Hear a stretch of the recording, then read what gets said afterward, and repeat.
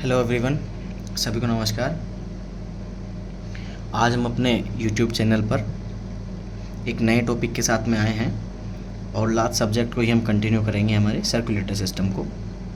Circulatory system में last time हमने circulatory system का इंट्रोडक्शन पढ़ा था, जिसमें हमने कार्डियोवैस्कुलर सिस्टम का इंट्रोडक्शन पढ़ा था और लिम्फेटिक सिस्टम का इंट्रोडक्शन पढ़ा था। तो आज हम शुरू करने जा रहे हैं सर्कुलेशंस। उसके बाद में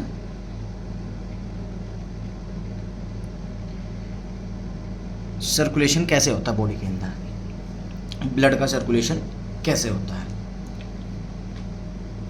तो अभी मेरे पास कुछ बच्चों को कमेंट आया था लास्ट वीडियो में से कुछ, तो एक टॉपिक के रिलेटेड हमने येलो बोन मैरो पढ़ाया था। लास्ट टॉपिक में हमने येलो बोन मैरो बताया था। तो येलो बोन मैरो जो होता है, येलो बोन मैरो जो होता है खुद एडिपोज टिश्यू का बना हुआ होता है। हमने उसमें गलती से बता दिया था कि फैट जो होता है येलो बोन मैरो जो होता है वो फैट के अंदर प्रेजेंट होता है। नहीं, येलो बोन मैरो इटसेल्फ में, मतलब खुद अपने आप में ही एक एडिपोज टिश्यू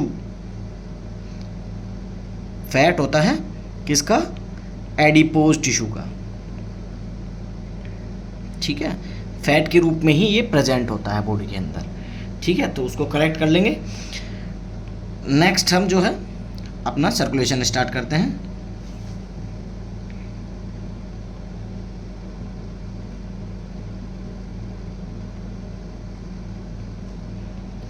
सर्कुलेशन क्या होता है या ब्लड सर्कुलेशन क्या होता है, इसको हम किसी भी तरीके से बोल सकते हैं। बहुत इजीली कोशिश करेंगे समझने की, बिल्कुल लाइन टू लाइन में, जो बिल्कुल crystal and clear topics points आपको मिले। ज़्यादा कुछ बड़ा इसमें नहीं करेंगे। सर्कुलेशन क्या होता है? It is a transport system of the body.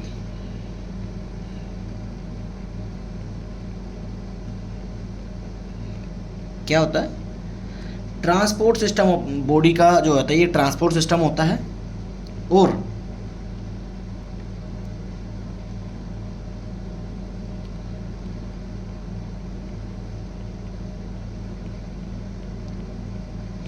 इसमें हार्ट जो होता है, हार्ट का रोल ये होता है, हार्ट का रोल होता है कि वो ब्लड को पंप करने का काम करता है। ठीक है, हार्ट इसको ब्लड को पंप करने का काम करता है। देन ब्लड जो होता है वो बॉडी के हर एक सिंगल सेल और टिश्यू के पास में पहुंचता है और क्या करता है वहां जाकर के, और क्या करता है, complete the O2 and nutrients demand. ठीक है, ट्रांसपोर्ट सिस्टम होता है बॉडी का। इसमें हार्ट जो होता है वो ब्लड को पंप करता है और ब्लड क्या करता है, ब्लड वो हर एक सिंगल सेल और टिश्यू के पास में जाकर के वहाँ की ऑक्सीजन एंड न्यूट्रिएंट डिमांड को कंप्लीट करता है और क्या करता है, रिसीव करता है वहाँ से वेस्ट को, रिसीव दी वेस्ट। ठीक है, और वेस्ट को रिसीव करने का काम करता है। ठीक, तीन मेन पार्ट होते हैं इसके, जो हमने बताया। जैसे सबसे पहला हार्ट जो होता है इसमें, वो हम इसको एक पंप की तरह मानेंगे कि भाई इज लाइक ए पंप, मतलब ये पंप होता है। ये हार्ट जो होता है वो ब्लड को पंप करने का काम करता है। नंबर दो पे क्या आता है? ब्लड जो होता है वो एक फ्लूइड कनेक्टिव टिश्यू होता है। ठीक है, ये फ्लूइड की तरह यूज होता है। हार्ट क्या करता है? पंप करता है। किसको? ब्लड को करता है। और अब ब्लड ऐसा तो है नहीं कि एक नदी की तरह कहीं भी बहा जा रहा है, नदी भी एक सिरे में बहती है। तो ब्लड जो एक सिरे से बहे, एक फ्लो में बहे, एक पर्टिकुलर एरिया में बहे, तो उसको जो होता है ब्लड वेसल्स मेंटेन करती हैं। तो ये जो होती है एज ए पाइप्स की तरह यूज होती हैं। ठीक है, पंप किया, हार्ट ने ब्लड को पंप किया। किसको पंप किया? ब्लड को। और वो पाइप्स के थ्रू होते हुए बॉडी के हर एक सिंगल सेल और टिश्यू के पास में पहुंचा, वहां से उसने वेस्ट को रिसीव किया और ऑक्सीजन और न्यूट्रिएंट्स जहां जिस चीज़ की रिक्वायरमेंट पड़ी उसको वहां प्रोवाइड करा दिया। ठीक है, सर्कुलेशन जो होता है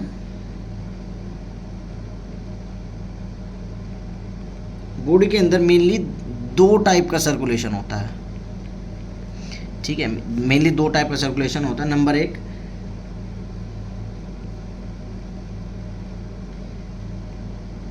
सिस्टमिक सर्कुलेशन। अब ये सिस्टमिक सर्कुलेशन क्या है? सिस्टमिक सर्कुलेशन जो होता है ये वो सर्कुलेशन है जो हार्ट और बॉडी के बीच में होता है, यानी ब्लड हार्ट से जाता है और बॉडी के हर एक सिंगल सेल के पास में जाकर के पहुंचता है, ठीक है। ये सिस्टमिक सर्कुलेशन है। और करता क्या है ये? इसका फंक्शन की बात करेंगे, ऑक्सीजन एंड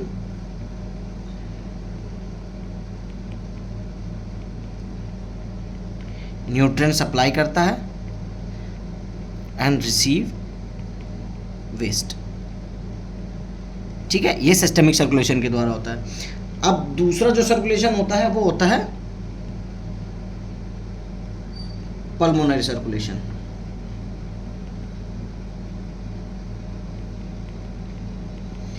पल्मोनरी सर्कुलेशन जो होता है वो किसके बीच में होता है? हार्ट और लंग्स के बीच में होता है, ठीक है। अब पढ़ेंगे इसको आगे, ये कैसे कैसे होता है इसी के बारे में। तो सिस्टमिक सर्कुलेशन हार्ट और बॉडी के बीच में होता है। ये बॉडी के पास जाता है सारे हर सिंगल सेल के पास में रिक्वायरमेंट पूरी करने के लिए। और इसका पल्मोनरी सर्कुलेशन हार्ट और लंग्स के बीच में होता है। इसका फंक्शन क्या होता है? To oxygenation of blood.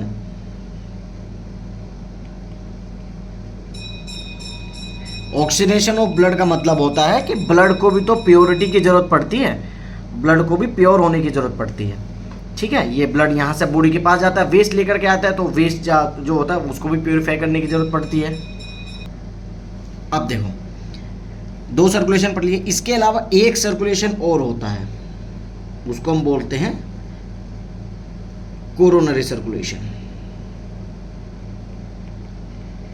Coronary circulation में क्या होता है? कोरोनरी सर्कुलेशन में जो होता है ये ब्लड सप्लाई करता है, blood supply to heart itself. इसमें जो होता है सिस्टमिक सर्कुलेशन में बॉडी के पार्ट्स के पास में जाती है, हर एक बॉडी के पार्ट के पास में ऑक्सीजन सप्लाई होती है। पल्मोनरी सर्कुलेशन में हार्ट और लंग्स के बीच में होता है ऑक्सीजनेशन के लिए। और कोरोनरी सर्कुलेशन में जो होता है ब्लड सप्लाई वो हार्ट के पार्ट के पास में जाती है। मतलब हार्ट को भी तो खुद ब्लड की जरूरत पड़ती है, हार्ट को भी खुद को ब्लड की जरूरत पड़ती है, ठीक है। इसलिए ये उनके बीच में होता है। बात करते हैं सर्कुलेशन की, इसको समझना अच्छे से।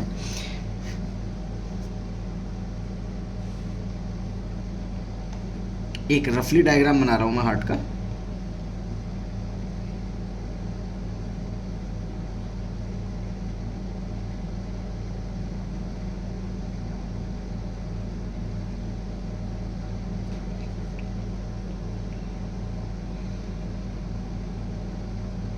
आपके हार्ट के अंदर जो होते हैं 4 चैम्बर होते हैं, मेनली 4 चैम्बर होते हैं। अपर वाले दोनों एट्रियम होते हैं, लोअर वाले जो होते हैं वो वेंट्रिकल्स होते हैं। जो राइट साइड में है वो राइट एट्रियम, जो लेफ्ट साइड में है वो लेफ्ट एट्रियम। लोअर साइड में जो राइट साइड में है वो राइट वेंट्रिकल, जो लेफ्ट साइड में है वो लेफ्ट वेंट्रिकल्स होता है, ठीक है। अब होता क्या है,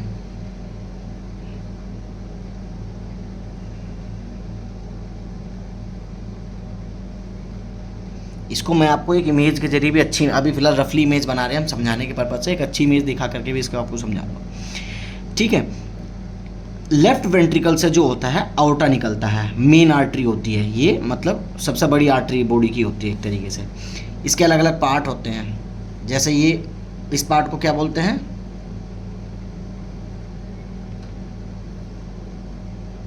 असेंडिंग आउटा। ये जो आर्च नुमा बना हुआ होता है इसको बोलते हैं आर्च ऑफ आउटा। और जो लोअर साइड में जा रहा होता है नीचे की तरफ वो बोलते हैं डिसेंडिंग आउटा।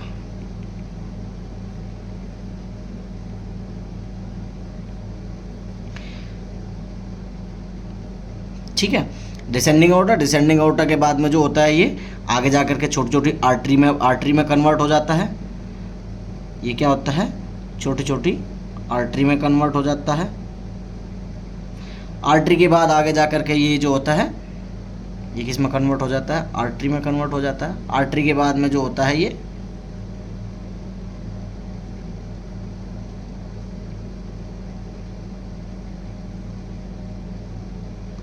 आर्ट्रियोल्स बन जाती है, ठीक है। आर्टरी के बाद में जो होता है ये आर्ट्रियोल्स बन जाती है। आगे जा कर के सप्लाई करती हैं फिर कैपिलरी को।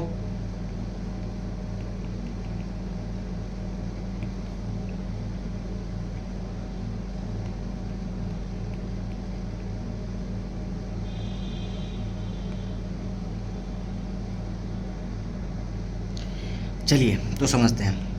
मैंने पहले प्रॉपर डायग्राम बना लिया ताकि वीडियो बहुत ज़्यादा लेंथी ना हो, है ना, इसलिए प्रॉपर डायग्राम बना लिया। इसको अब आराम से देख करके हम लोग समझेंगे, ठीक है।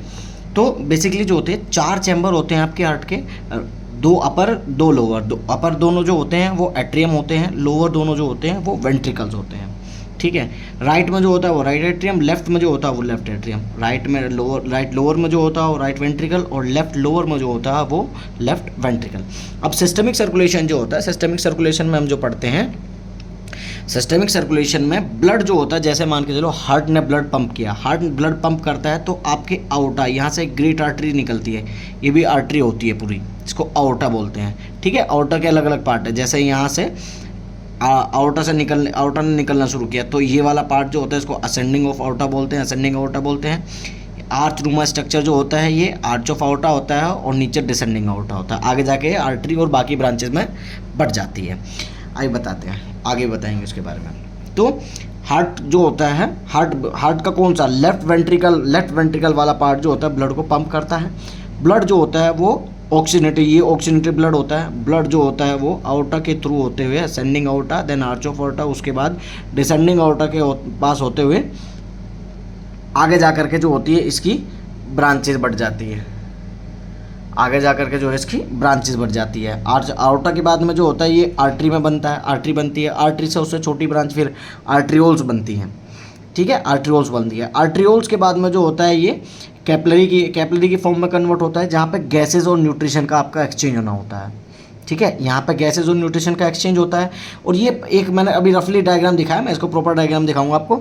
ये एक्सचेंज जो होता है, हमने एक ये स्ट्रक्चर बनाया, ये एक्सचेंज इसका बॉडी के हर एक पार्ट के पास में होता है, जैसे हाथ के पास में भी, और हैंड आपके ब्रेन में भी, लीवर में भी, किडनी में भी, हर जगह से एक्सचेंज होता है इसी तरीके से, ठीक है। हर जगह आउटर से जो होती है छोटी आर्टरी ब्रांच निकलती हुई होती है, आर्टरी से अंदर आर्ट्रियोल जाती हैं, और वापस जो होते हैं वो कैपिलरी में कन्वर्ट हो जाती हैं, ठीक है, कैपिलरी बनती है। कैपिलरी के बाद में जो वहाँ पर क्या होते हैं, वेन्यूल्स अटैच होते हैं। वेन्यूल जो होते हैं वो वीनस एंड होती हैं, वेन्यूल्स के बाद में जो होता है वो वेन होती है। वेन्यूल्स के बाद में जो वेन में कन्वर्ट होता है छोटी छोटी में, और ये वापस जाके इन्फीरियर वेना केवा में जो होता है वो डीऑक्सीनेटेड ब्लड यानी CO2 वाला ब्लड, जो मतलब आगे जा कैपिलरी के पास में जाएगा, वहाँ पे गैसेस का और न्यूट्रिशन का एक्सचेंज करेगा, O2 इसको देगा और CO2 इससे लेगा वापस, है ना, O2 इसको देगा, CO2 इससे वापस लेगा,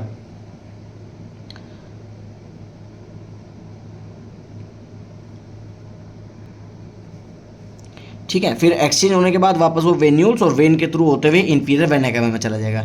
इन्फीरियर वेना केवा जो होती है उस ब्लड को राइट एट्रियम के अंदर ड्रेन कर देती है, राइट एट्रियम से वापस वो राइट वेंट्रिकल में चला जाता है। यहाँ से फिर आपका जो होता है वो पल्मोनरी सर्कुलेशन स्टार्ट हो जाता है। पल्मोनरी सर्कुलेशन हम बताएंगे आपको। इसमें जो होता है इस पर एक चीज़ बताता हूँ, इसमें आपको बेसिक पूरा प्रॉपर नोट्स बनाने की ज़रूरत नहीं है कि भाई इसका आपको नोट्स बनाना है, हर सिंगल लाइन लिखनी है। ये आपको मैंने बेसिक मतलब बिल्कुल आराम से, बिल्कुल जो सबसे ज़्यादा इजीली हो सकता है स्ट्रक्चर बना करके समझाने की कोशिश इसलिए करिए। और हार्ट के अंदर भी मैं हर रोज़ आपको जो भी क्लासेस लूँगा, हर एक के अंदर मैं आपको एक एक डायग्राम दिखा करके समझाऊँगा, ताकि जो होती है जो अपने आप से जो एक इमेजिनेशन बनती है, कई बार गलत इमेजिनेशन में बन जाते हैं किसी चीज़ को लेकर के, तो वो एक गलत थ्योरी आपके अंदर ना बने, ठीक है। समझ आ गया। लेफ्ट वेंट्रिकल ब्लड को पंप करता है, blood ascending artery, arch of aorta से होते हुए, डिसेंडिंग आर्टर से होते हुए आगे जाके जो है आर्टरी में कन्वर्ट होता है, आर्टरी से आर्ट्रियोल में, आर्ट्रियोल के बाद में कैपिलरी के अंदर गैसेज और न्यूट्रिशन का एक्सचेंज देखने को मिलता है। देन वेन्यूल्स में, वेन्यूल से वापस वेन में कन्वर्ट हो जाता है, और वेन जो होती है आईवीसी के अंदर ड्रेन करती है ब्लड को, और आईवीसी जो होती है वो राइट एट्रियम में ड्रेन कर देता है, राइट एट्रियम से वापस वो राइट वेंट्रिकल में। ये होता है आपका सिस्टमिक सर्कुलेशन। देन इसके बाद में बात करेंगे जो आपका राइट वेंट्रिकल होता है। अब ये राइट वेंट्रिकल के पास में जो होता है वो डीऑक्सीजनेटेड ब्लड होता है, यानी CO2 वाला ब्लड होता है। राइट वेंट्रिकल से जो लेकर के चलेगी ब्लड को, आपके लेफ्ट वेंट्रिकल से आउटर लेकर चला था, अब राइट वेंट्रिकल से जो ब्लड लेकर के चलेगी डीऑक्सीजनेटेड ब्लड को, वो पल्मोनरी आर्टरी, ये पल्मोनरी आर्टरी आगे जाके इसकी 2 ब्रांच बन जाती है। यहाँ समझने की चीज़ है, यहाँ से क्वेश्चन आता है कई बार, या नोट करके रखिएगा इस बात को कि पल्मोनरी एक कौन सी ऐसी आर्टरी है बॉडी के अंदर जो आर्टरी होते हुए भी डीऑक्सीजनेटेड ब्लड को कैरी करती है, तो वो होगी आपकी पल्मोनरी आर्टरी। ठीक है, और ये एक एक्सेप्शन है। क्या है? एक्सेप्शन है। ये आर्टरी होते हुए भी डीऑक्सीजनेटेड ब्लड को कंटेन करती है। ठीक है, ब्लड वापस यहाँ से जाने के बाद में लंग्स के पास में जाएगा, लंग्स को जो होता है वो CO2 देगा, CO2 जो होती है वो मुंह के रास्ते बाहर निकल जाएगी, ऑक्सीजन आएगी, ऑक्सीजन, ये ब्लड जो होता है यहाँ से ऑक्सीजन कैरी कर लेगा। अब लंग्स के पास में से 4, 1 2 3 4 पल्मोनरी वेन जो होती है वो आपके ऑक्सीजनेटेड ब्लड को कंटेन करके लाती है और लेफ्ट वेंट्रिकल के अंदर डाल देती है, लेफ्ट एट्रियम के अंदर। लेफ्ट एट्रियम से वो लेफ्ट वेंट्रिकल में जाता है और वापस वही सिस्टमिक सर्कुलेशन बन जाता है आपका यहाँ से आउटा में और बॉडी के पास में। एक ये नोट करके लिखे, एक दूसरा और नोट करके लिखना पॉइंट इसके अंदर। हमने यहाँ बताया था ये पल्मोनरी आर्टरी होते हुए भी डीऑक्सीजनेटेड ब्लड को लेकर के जाती है। सेकंड पॉइंट ये है कि ये वेन होते हुए भी आपकी बॉडी के अंदर कौन सी ऐसी वेन है जो वेन होते हुए भी ऑक्सीजनेटेड ब्लड को लेकर के जाती है, तो वो जो होगी वो होगी पल्मोनरी वेन। पल्मोनरी वेन, और ये भी एक एक्सेप्शन है। ठीक है, ये भी एक एक्सेप्शन है। ये वेन होते हुए भी ऑक्सीजनेटेड ब्लड को लेकर के जाती है। अब सर्कुलेशन कहने के लिए तो बहुत इतना सा है कि ब्लड स्टार्ट हुआ, कहाँ से स्टार्ट हुआ, इसको आप नोट्स की फॉर्म में भी लिख सकते हैं। लेफ्ट वेंट्रिकल ने ब्लड पंप किया, ब्लड जो होती है oxygenated blood ascending aorta, arch of aorta से होते हुए डिसेंडिंग आर्टा में जाता है, आगे छोटी उसकी ब्रांचेस बनती है, आर्टरी, आर्ट्रियोल्स, आर्ट्रियोल के बाद में कैपिलरीज के अंदर गैसेज और न्यूट्रिशन का एक्सचेंज करता है। देन वेन्यूल्स उसको रिसीव करते हैं, वेन्यूल्स वेन्स में ड्रेन करते हैं, वेन जो होता है उसको आईवीसी में ड्रेन करता है, इंफीरियर वेना केवा वापस उसको राइट एट्रियम में ड्रेन कर देती है, उसके बाद में राइट वेंट्रिकल में ड्रेन करता है। फिर ब्लड ऑक्सीजनेशन के लिए, फिर ब्लड जो होता है वो ऑक्सीजनेशन के लिए पल्मोनरी आर्टरी के थ्रू होते हुए इसके पास में जाता है, लंग्स के पास में जाता है, लंग्स के पास में से ऑक्सीजनेटेड ब्लड पल्मोनरी वेन के थ्रू होते हुए वापस लेफ्ट एट्रियम में और लेफ्ट एट्रियम से लेफ्ट वेंट्रिकल में। ठीक है, ऐसे नोट्स। अब इसमें जो होता है कुछ इंपॉर्टेंट पॉइंट, इसके अंदर भी बहुत सारी चीज़ें इंपॉर्टेंट है, मैं वो आपको यहीं पे पढ़ा देता हूँ। ये सब नोट करके रखिएगा अपने उसमें। ये सर्कुलेशन में नहीं आती है लेकिन यहीं ये चीज़ें मैं आपकी कवर करवा देता हूँ, इंपॉर्टेंट भी है। आउटा, ये जो आउटा होता है, आउटा की जो लाइनिंग होती है, आउटा की लाइनिंग में जो होता है वो एक जीन कंटेन करता है जिसका नाम होता है FBN1 जीन। अब ये FBN1 जीन क्या करता है? FBN1 जीन आपकी बॉडी के अंदर, FBN1 जीन क्या करता है?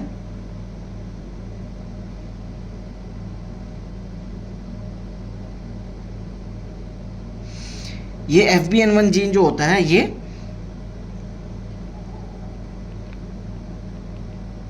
फिब्रिलिन प्रोटीन का बना हुआ होता है।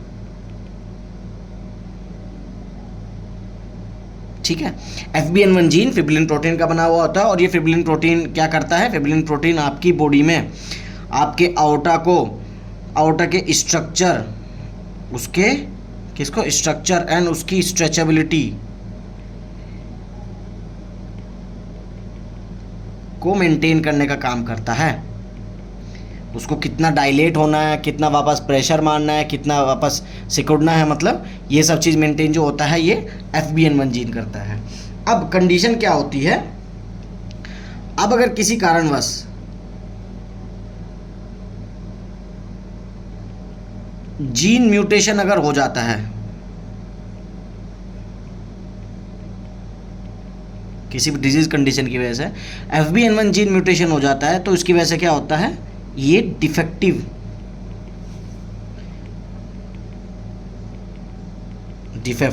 फिब्रिलिन प्रोटीन को रिलीज करता है, डिफेक्टिव फिब्रिलिन प्रोटीन बनाता है, जिसकी वजह से क्या होता है,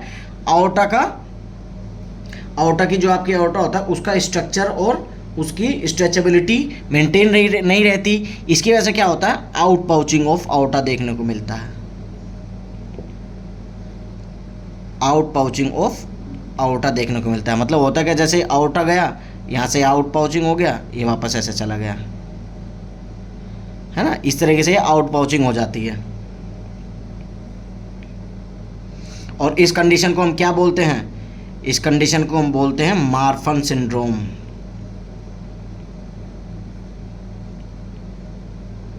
इसको क्या बोलते हैं, मार्फन सिंड्रोम। ये याद रखिएगा, इंपॉर्टेंट है, आजकल आने लगा है, क्वेश्चन पूछे जाने लगे हैं इससे। ठीक है, मार्फन सिंड्रोम क्या होता है, मार्फन सिंड्रोम में आउट पाउचिंग ऑफ आउटा होता है। क्यों आउट पाउचिंग ऑफ आउटा क्यों होता है, क्योंकि FBN1 जीन का म्यूटेशन हो जाता है, जिसकी वजह से डिफेक्टिव फिब्रिलिन प्रोटीन बनता है और हमें आउट पाउचिंग ऑफ आउटा देखने को मिलता है। सेकेंड इंपॉर्टेंट चीज जो सर्कुलेशन की वजह से आपको देखने को मिलेगा,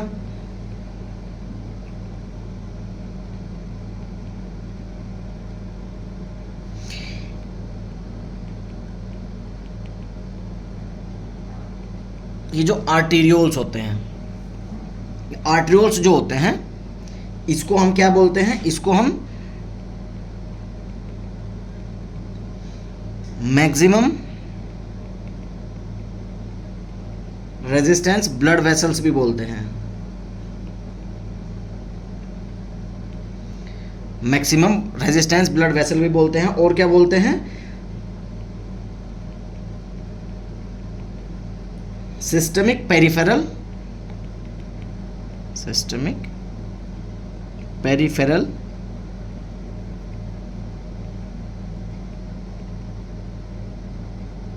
रेजिस्टेंस भी इसको हम आर्टेरियोल्स को बोलते हैं।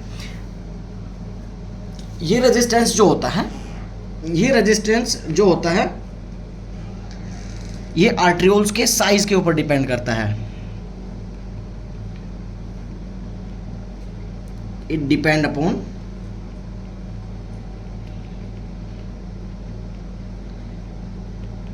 Size of arterioles. ठीक है, अगर आर्टेरियोल्स कंस्ट्रिक्ट करती हैं तो ये क्या इसमें क्या होता है, आर्टेरियोल कंस्ट्रिक्ट करेगी, इट मीन रेजिस्टेंस बढ़ेगा, रेजिस्टेंस बढ़ेगा तो आपको इंक्रीज बीपी देखने को मिलेगा। और इंक्रीज बीपी में भी कौन सा, diastolic BP, mainly diastolic BP देखने को मिलेगा। अगर arterioles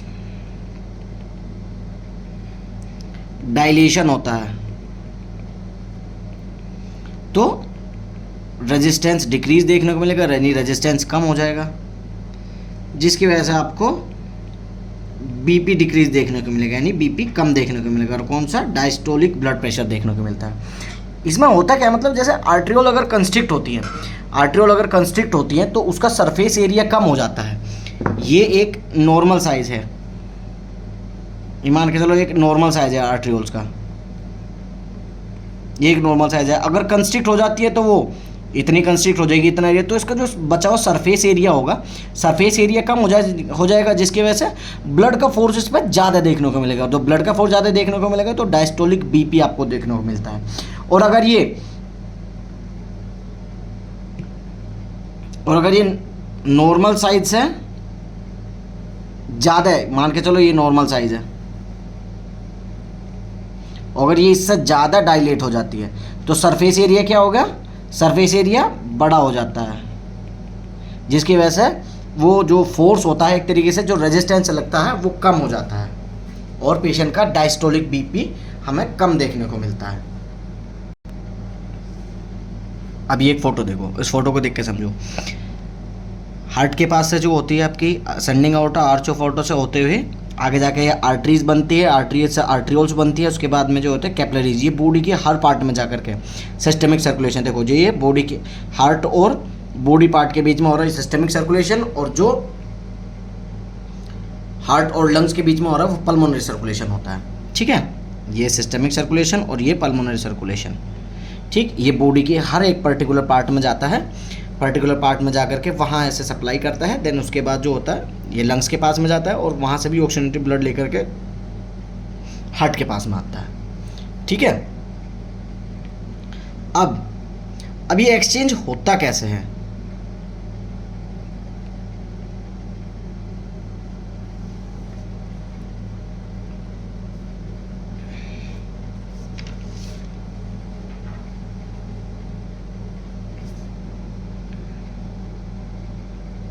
Now, the point is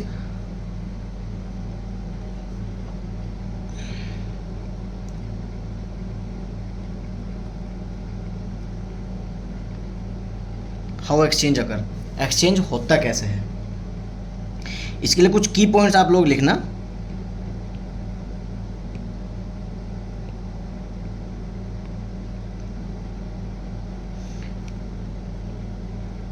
हमारी बॉडी के अंदर दो प्रेशर होते हैं।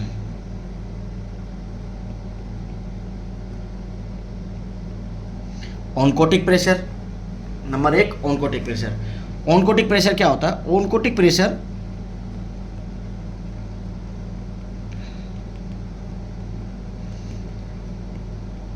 मेंटेन बाय एल्ब्यूमिन, और एल्ब्यूमिन की नॉर्मल रेंज जो होती है हमारी बॉडी के अंदर वो 3.5 टू 5 ग्राम पर डेसीलीटर होती है। ठीक है, एल्ब्यूमिन जो होता है, एल्ब्यूमिन ऑनकोटिक प्रेशर को मेंटेन करता है। एल्ब्यूमिन एक प्रोटीन होता है बॉडी के अंदर, और ऑनकोटिक प्रेशर नॉर्मल कितना होता है? नॉर्मल ऑनकोटिक प्रेशर जो होता है वो 25 mmHg होता है। 25 mmHg होता है। 25 mmHg कब होता है? जब एल्ब्यूमिन का लेवल बॉडी के अंदर 3.5 से 5.0 ग्राम पर डेसीलीटर के उसमें देखने को मिलता है। अब दूसरा एक प्रेशर होता है, उसको बोलते हैं हम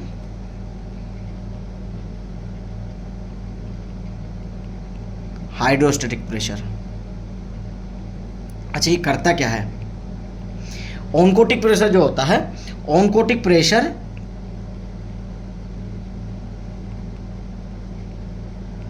पुल द ब्लड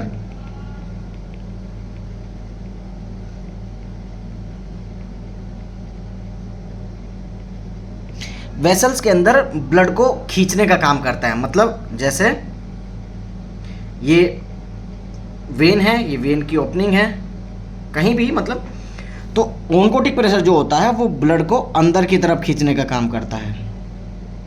ठीक है, ब्लड को अंदर की तरफ खींचने का काम करता है। वहीं ऑनकोटिक प्रेशर की बात करेंगे, सॉरी हाइड्रोस्टैटिक प्रेशर।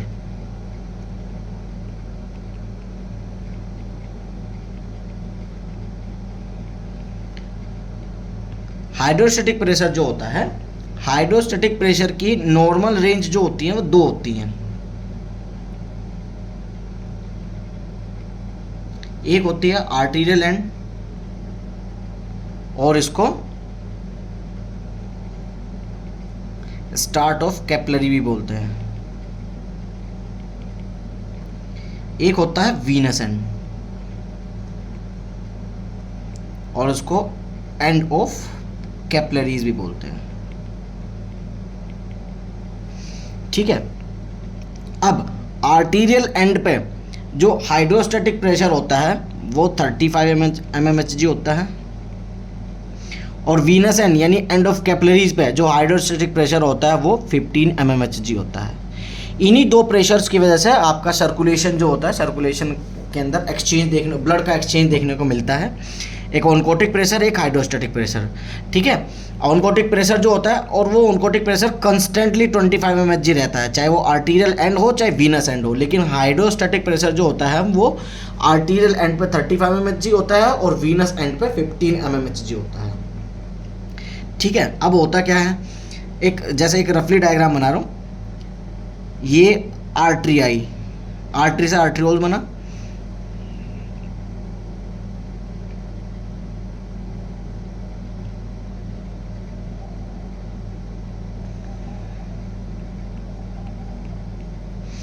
अब ये आर्टीरियल एंड है। अब आर्टरी से अगर ब्लड आ रहा है तो आर्टीरियल एंड है। आर्टीरियल एंड पे जो ऑनकोटिक प्रेशर हमने पढ़ा था, ऑनकोटिक प्रेशर जो होता है वो 25 mmHg होता है, और हाइड्रोस्टैटिक प्रेशर जो होता है वो 35 mmHg होता है। अच्छा, इसका काम फंक्शन नहीं लिखा ना। हाइड्रोस्टैटिक का फंक्शन जो होता है वो होता है push the blood out from vessels, मतलब ये ब्लड को पुश करने का काम करता है बाहर। ऑनकोटिक जो है अंदर खींचने का काम करता है, और ये जो होता है ये पुश करने का काम करता है। अब आर्टीरियल एंड पर ऑनकोटिक प्रेशर 25 mmHg है और हाइड्रोस्टैटिक प्रेशर है 35 mmHg, तो कंपैरेटिवली हाइड्रोस्टैटिक प्रेशर ज़्यादा है, इसलिए फोर्स जो बाहर धकेलने वाला है वो ज़्यादा लग रहा है, इसलिए आर्टीरियल एंड से जो होता है ब्लड वो कैपिलरीज के पास में आ जाता है, कैपिलरीज से जो होता है वो इंटरस्टिशियल स्पेस में चला जाता है। इसका भी एक डायग्राम दिखाऊंगा मैं आपको। इंटरस्टिशियल स्पेस में चला जाता है, और इसके बाद में जब यहाँ पे ऑक्सीजन का और CO2 का और न्यूट्रिएंट का एक्सचेंज हो जाता है, इसके बाद में बारी आती है वीनस एंड की। अब वीनस एंड पर ऑनकोटिक प्रेशर की बात करेंगे। ऑनकोटिक प्रेशर तो वही 25 mmHg रहता है, ये कांस्टेंट ही रहता है, लेकिन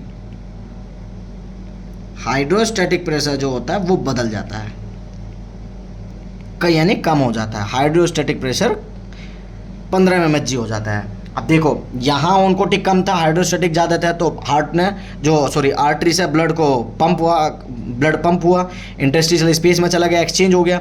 अब यहाँ ऑनकोटिक प्रेशर ज़्यादा है कंपैरेटिवली हाइड्रोस्टैटिक प्रेशर के, हाइड्रोस्टैटिक प्रेशर कम है, और ऑनकोटिक क्या करता है, फिर वो अंदर खींचने का काम करता है। तो इसकी वजह से क्या होगा, ब्लड यहाँ से मूव करेगा, यहाँ से ब्लड क्या करेगा, मूव टू वेन की तरफ जाएगा। यहाँ से वेन्यूल्स बने हुए होते हैं, वेन्यूल से वापस, ये जो सर्कुलेशन हमने पढ़ा था, वेन्यूल से वापस वेन जो इंफीरियर वेना केवा में ड्रेन करेगी, और इंफीरियर वेना केवा जो है वो इसको हार्ट के अंदर ड्रेन कर देगा। अब एक इसकी इमेज दिखाता हूँ आपको, इमेज दिखा के समझाता हूँ। अब ये डायग्राम देखो,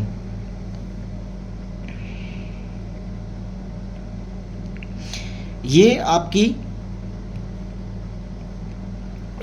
आर्टरी है, ये आपकी आर्टरी है, आर्टरी से ये आर्ट्रियोल्स बने हुए हैं, आर्ट्रियोल्स के बाद में जाके ये हो जाता है कि ये कैपिलरीज में बन जाता है, कैपिलरीज में डिवाइड हो जाता है। ठीक है, ये है आपकी एंड ऑफ आर्टरी बोलते हैं इसको, end of artery and start of capillary.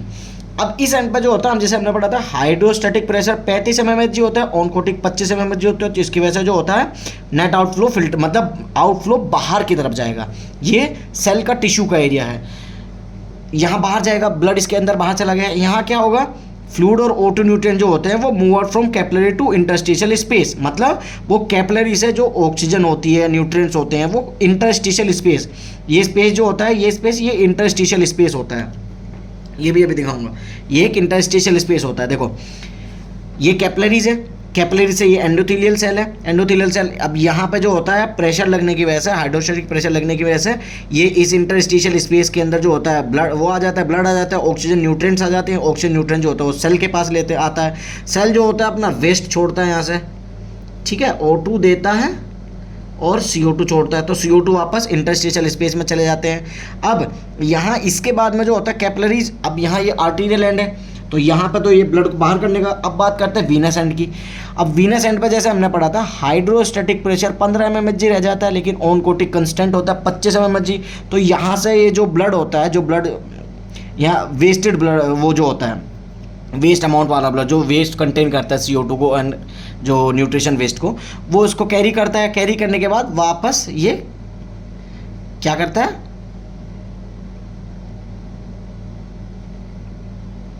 वापस ये वेन के अंदर चला जाता है, वेन्यूल्स बन जाता है, वेन्यूल से वेन बनती है, और वेन जो होती है इसको जा करके इन्फीरियर वेना कैवा के अंदर ड्रेन करती है। इन्फीरियर वेना कैवा जो होता है इसको हार्ट के अंदर ड्रेन कर देता है। ठीक है, हार्ट जो होता है इसको इन्फीरियर वेना कैवा के अंदर ड्रेन कर देता है। अब एक नोट करके एक पॉइंट लिखना, स्टार्लिंग फोर्स, ये इंपॉर्टेंट है आजकल पूछने का। स्टार्लिंग फोर्स क्या होता है, ये देखो। At arterial end push out, arterial end पे ब्लड को पुश किया जाता है, और वीनस एंड पे पुल यानी रीएब्जॉर्ब किया जाता है वापस। ये बैलेंस जो होता है, balance maintain by Starling force. अब स्टार्लिंग फोर्स में क्या, हाइड्रो और ऑनकोटिक, हाइड्रोस्टैटिक और ऑनकोटिक प्रेशर, ये प्रेशर जो पुश एंड पुल का जो प्रेशर मेंटेन रहता है, इसी को स्टार्लिंग फोर्स बोलते हैं इसके अंदर। ठीक है, ये समझ आ गया।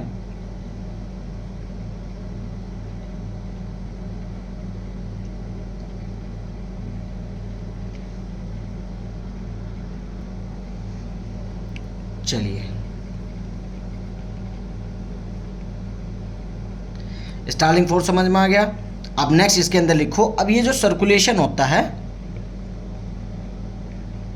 इस सर्कुलेशन के बाद में, ये जब सर्कुलेशन हो जाता है, अब इस पर्टिकुलर एरिया पे कुछ प्रोटीन्स ऐसा होता है, कुछ फ्लूइड, जैसे मैंने आपको बताया था सर्कुलेशन जब हार्ट इंट्रोडक्शन पढ़ा रहे थे, क्योंकि 90% फ्लूइड तो एब्जॉर्ब हो जाता है कैपिलरीज के द्वारा, लेकिन 10% फ्लूइड और इसके अंदर जो न्यूट्रिएंट्स अमाउंट होता है, प्रोटीन्स वगैरह, वो इसके अंदर रिमेन, मतलब इसी के अंदर रह जाते हैं। वो फिर वीनस एंड्स के द्वारा, इनके द्वारा एब्जॉर्ब नहीं होता, वो एब्जॉर्ब होता है आपके लिम्फेटिक सर्कुलेशन के द्वारा। जिसके द्वारा एब्जॉर्ब होता है वो लिम्फेटिक सर्कुलेशन के द्वारा। ठीक है, क्या होता है इसमें,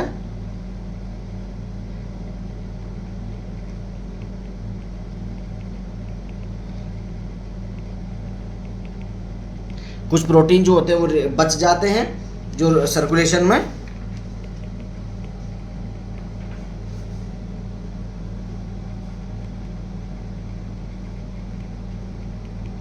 जो सर्कुलेशन में रिटर्न नहीं होते, विच लीड्स टू, ये जो होते हैं गोज टू लिम्फ कैपिलरी, ये लिम्फ कैपिलरी के द्वारा एब्जॉर्ब होते हैं, विच लीड्स टू लिम्फ, उसके बाद ये लिम्फ वेसल्स में जाते हैं, लिम्फ वेसल से ये लिम्फ नोड के अंदर जाते हैं। लिम्फ नोड के अंदर जो होती है, यहाँ एंटीबॉडीज प्रेजेंट होती हैं, एंटीबॉडीज प्रेजेंट होती है जो क्या करती है, इसको फिल्टर करती है, ब्लड को filter the blood by killing bacteria. और लिम्फ जो होता है इसको वापस, लिम्फ नोड के बाद में लिम्फ वेसल निकलती है, लिम्फ वेसल जो होती है drain it into subclavian vein, subclavian vein में ड्रेन कर देता है। उसके बाद ये इंफीरियर वेना कैवा के थ्रू होते हुए आपके राइट एट्रियम में वापस आके राइट एट्रियम में आ जाता है, और राइट एट्रियम से वापस सर्कुलेशन स्टार्ट हो जाता है। ठीक है, राइट एट्रियम से वापस सर्कुलेशन स्टार्ट हो जाता है। इसके लिए मैं आपको एक इमेज दिखाता हूँ।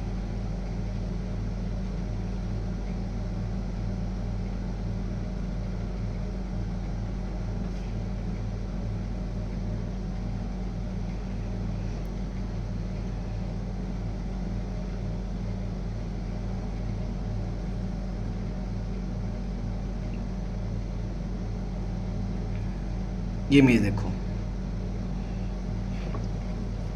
यहाँ पे हमने बात करी थी ब्लड जो होता है यहाँ से आर्टेरियल एंड पे, आर्टेरियल एंड से बाहर आ जाता है इंटरस्टिशियल स्पेस में, इंटरस्टिशियल स्पेस से जो होता है ब्लड वो न्यूट्रिएंट एब्जॉर्ब हो जाते हैं। उसके बाद में जो होता है यहाँ पे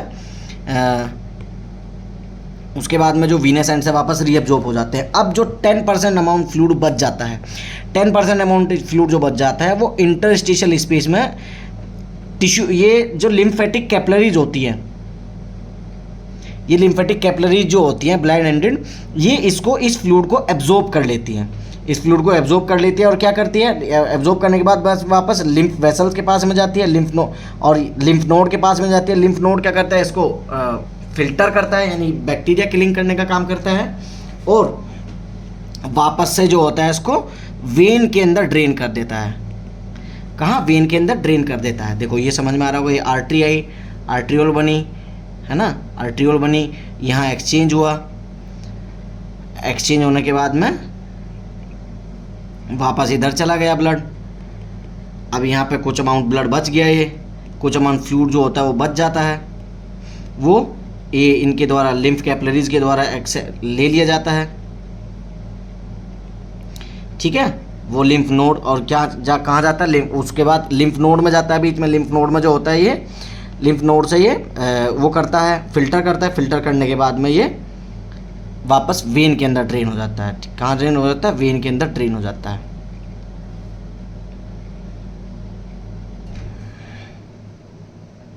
ठीक है, ये देखो, excess fluid in interstitial space enter lymphatic capillary, travel through lymphatic vessels, lymph node, drains into subclavian vein। ठीक है, ड्रेन इनटू सबक्लेवियन वेन, ये क्या होता है, सबक्लेवियन वेन के अंदर ड्रेन हो जाता है।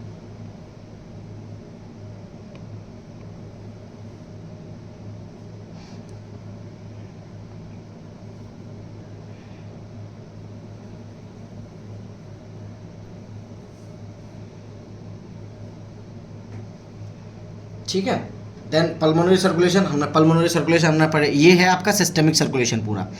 ये सिस्टेमिक सर्कुलेशन में हमने पढ़ लिया सर्कुलेशन कैसे होता है, सर्कुलेशन कहाँ से कहाँ तक होता है वो पढ़ लिया, कैसे होता है सर्कुलेशन। यहाँ हमने लिम्फेटिक सर्कुलेशन भी पढ़ लिया।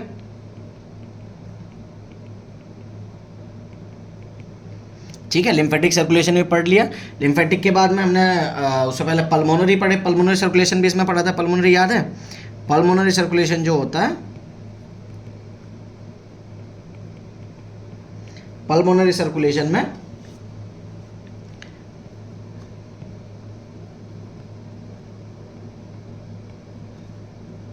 pulmonary artery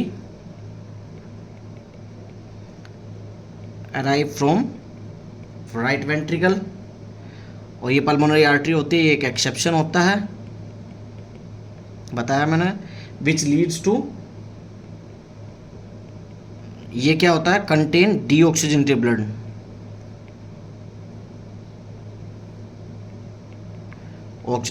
deoxygenated blood contain करती है, और कहाँ जाती है, गोज टू लंग्स में चली जाती है। लंग्स के बाद में वहाँ पे इसमें ऑक्सीजन और CO2 का एक्सचेंज होता है, ऑक्सीजन ले लिया जाता है और कार्बन डाइऑक्साइड वापस बाहर छोड़ दिया जाता है। उसके बाद ये पल्मोनरी वेन, 4 पल्मोनरी वेन के थ्रू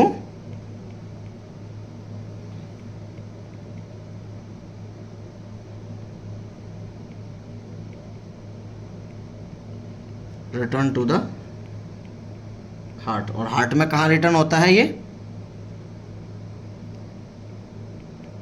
लेफ्ट एट्रियम के अंदर, लेफ्ट एट्रियम से वापस, लेफ्ट एट्रियम से ये क्या करता है, ड्रेन इन लेफ्ट वेंट्रिकल, और उसके बाद वापस आउटर्म के अंदर। यहाँ से जो होता है सिस्टेमिक सर्कुलेशन स्टार्ट हो जाता है वापस। ठीक है, नेक्स्ट जो है वो कोरोनरी सर्कुलेशन है। कोरोनरी सर्कुलेशन जो है वो हम आप जब कोरोनरी का पार्ट पढ़ेंगे हार्ट के अंदर, कोरोनरी के बारे में पढ़ेंगे तब कोरोनरी सर्कुलेशन पूरा समझाएंगे। अभी हमने एक्सचेंज पूरा बताया, प्रॉपर डायग्राम दिखाने के। डायग्राम आप जब नोट्स बनाओगे खुद भी देख सकते हो, गूगल से कहीं से भी डायग्राम देख सकते हो। डायग्राम के मैं देख देख के अच्छा, इससे अच्छा समझ में आता है भाई। मान के चलो मैंने एक रफली कोई डायग्राम बना दिया है, कोई रफली मैं हाथ से ऐसा डायग्राम बना ले रहा हूँ, ये ऐसे होता है वेन, ये आर्टेरियल एंड होता है, यहाँ से फिर वापस ये आर्टरी होती है, ये वेन होती है, ये यहाँ पे एक्सचेंज हो जाता है, एक्सचेंज होकर निकल जाता है। तो इसे ऐसे समझाने से बेटर है कि वो प्रॉपर समझ में आता है एक ओरिजिनल फ़ोटो देखने के बाद, अच्छा 3D फोटो देखने के बाद, मतलब समझ में आना चाहिए कुल मिला के। ठीक है, अब आज के लिए बस इतना ही। कल हम नेक्स्ट अपना वापस हार्ट के बारे में पढ़ेंगे। चलिए, कोई भी कुछ क्वेरी हो तो कमेंट ज़रूर करना, कमेंट करके बताना। Thank you.